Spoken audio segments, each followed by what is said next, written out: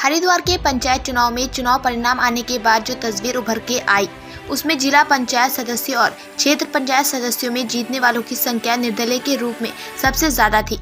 सत्ता के लगातार दुरुपयोग तथा मतगणना में लगातार धांधली और जीते हुए को पुनः मतगणना में हराने के बावजूद भाजपा इस चुनाव में बुरी तरह से पिछड़कर तीसरे स्थान पर थी।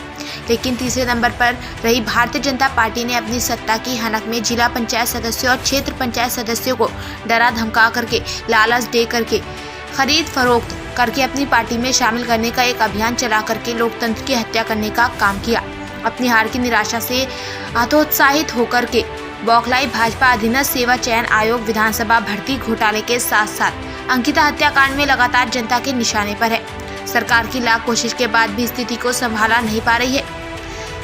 रही सही कसर हरिद्वार पंचायत चुनाव में जो जनादेश आया वह भारतीय जनता पार्टी के पक्ष में न होकर भाजपा इस चुनाव में तीसरे नंबर पर थी। लेकिन सत्ता के दुरुपयोग करते हुए भाजपा ने जिस तरह से जिला पंचायत सदस्यों और क्षेत्र पंचायत सदस्यों को डराकर, धमकाकर, लालच दे करके अपने साथ शामिल करने का अभियान चलाया, वह लोकतंत्र का गला घोटने जैसा है।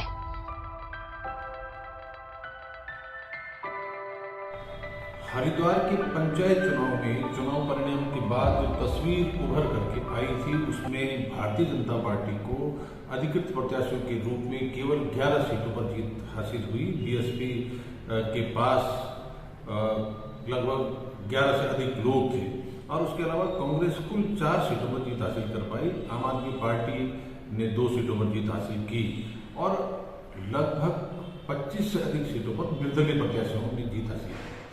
आज की तारीख में भारतीय जनता पार्टी ने जिला पंचायत सदस्य जो जीत कर आए थे उनको डरा धमका करके, लालच दे करके और जबरदस्ती अपनी पार्टी में शामिल करके लोकतंत्र का गला घोटने का काम किया। कांग्रेस की हालत यह है कि उसकी विधायक ममता राकेश का बेटा और बेटी दोनों भाजपा में शामिल हो गए हैं, तो ऐसे में कांग्रेस भी कुछ नहीं कर पा रही है।